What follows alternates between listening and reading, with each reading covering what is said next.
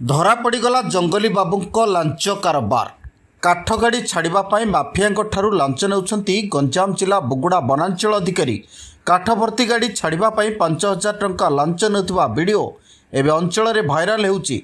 Buguda one विभाग कार्यालय परिसर क्वार्टर रे जड़े काठ माफिया निज गाड़ी छाड़ापी वनांचल अधिकारी प्रदीप कुमार मिश्र को 5,000 टंका लांच देउथिबा वीडियो रे देखा मिली।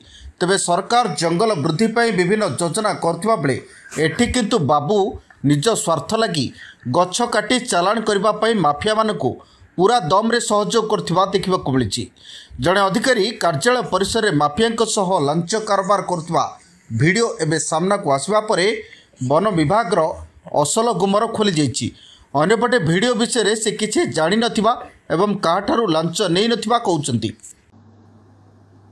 सीमित तो मुझे अभियोग शुणी किंतु प्रति मोर किसी कहबार नहीं वीडियो भी अच्छी जो आपण काठ माफिया कहते हाँ गाड़ी नहीं पारे काठ दीटा लदी नहीं पारे एमती गोटे वीडियो भी अच्छी जहाँ लांच नेबार देखा कौन कहे नहीं सेमती किसी देखा जाऊनी मुझे कहीं जानी।